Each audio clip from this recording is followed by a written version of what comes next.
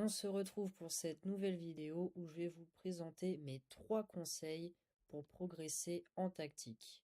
Sans plus tarder, on commence par le premier conseil, travailler tous les thèmes de la tactique. Évidemment, connaître tous les thèmes tactiques nous aide en partie à les utiliser. Je suis sur l'interface de Lichess, c'est la plateforme que j'utilise. Et pour les débutants, lorsque vous connaissez vraiment 0 thème, vous pouvez aller dans base des échecs. Donc vous voyez, on a les pièces, les fondamentaux, là on a intermédiaire et tout ça. Bon, on a toutes les bases et en la fin, on a différentes choses. On peut aller dans s'entraîner. Et donc là, vous voyez, dans s'entraîner, vous allez pouvoir voir différents patterns. Les patterns, c'est les schémas qu'on va avoir aux échecs.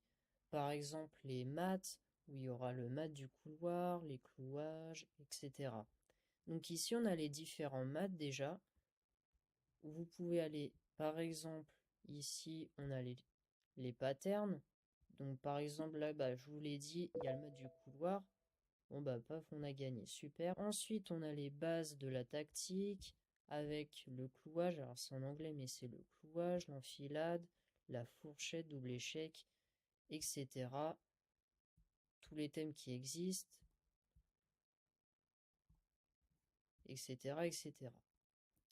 Ensuite, lorsque vous connaissez tous les thèmes, vous n'êtes pas obligé de tout faire, hein, mais ça peut aider lorsque vous débutez.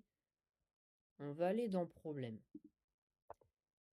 L'avantage de Lichess, Chess.com le fait aussi, et d'autres plateformes d'échecs, il y a toujours un endroit où on a des problèmes. Les problèmes, ça permet de s'exercer sur les différents thèmes. Donc ici, vous voyez, là, on a le classement. Ça sert aussi à voir notre progression lorsque vous commencez à 1000 ou 1500, je ne sais plus. Ensuite, vous voyez la progression. Lorsque l'on réussit un exercice, on gagne des points. Lorsqu'on échoue, on perd des points, etc. Donc ici, dans les problèmes, on peut choisir le niveau de difficulté. Donc j'ai le plus facile, normal, plus difficile, etc. Là, c'est pas ce qui nous intéresse pour l'instant. Ce qui est intéressant, c'est les thèmes des problèmes. On a l'avantage ici sur Lichess.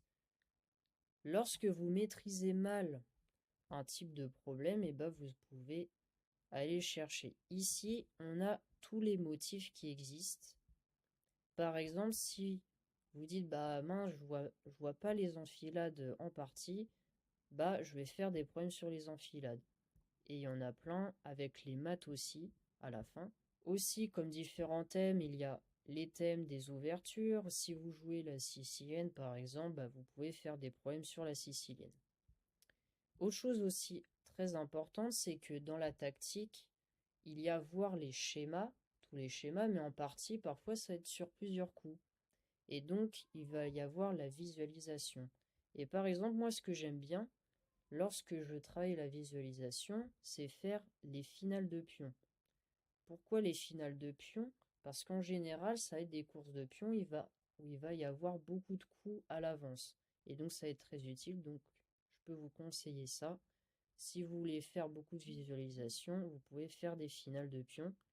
Il y aura moins de schémas tactiques, mais ça sera plus du calcul où vous allez voir plusieurs coups à l'avance. Maintenant, on passe à mon deuxième conseil, l'environnement. Et oui, comme dans toutes les disciplines, il faut avoir un bon environnement pour progresser. Donc là, je vais retourner dans Problème. Donc déjà, lorsque vous arrivez dans Problème, et ce qui est important évidemment, c'est de bien se concentrer. Pour bien se concentrer, ça veut dire être dans un endroit calme.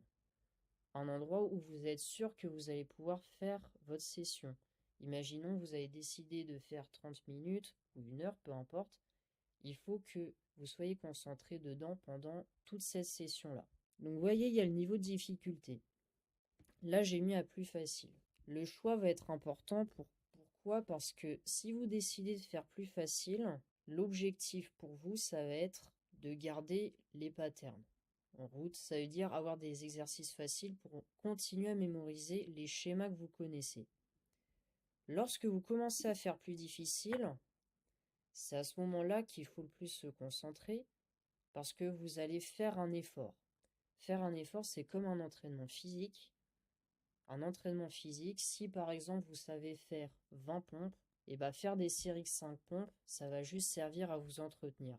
Au lieu de rien faire, 5 pompes c'est mieux que rien. Aux échecs, c'est pareil avec la tactique. Quand vous connaissez déjà les schémas, que vous voyez des clouages, 3 coups à l'avance, etc., voir quelques clouages de temps en temps, ça va servir à entretenir les schémas que vous connaissez déjà. Mais pour progresser, ça va être très important d'avoir un niveau de difficulté plus élevé, pour avoir des problèmes plus difficiles. Donc, vous avez normal et vous pouvez faire plus difficile aussi.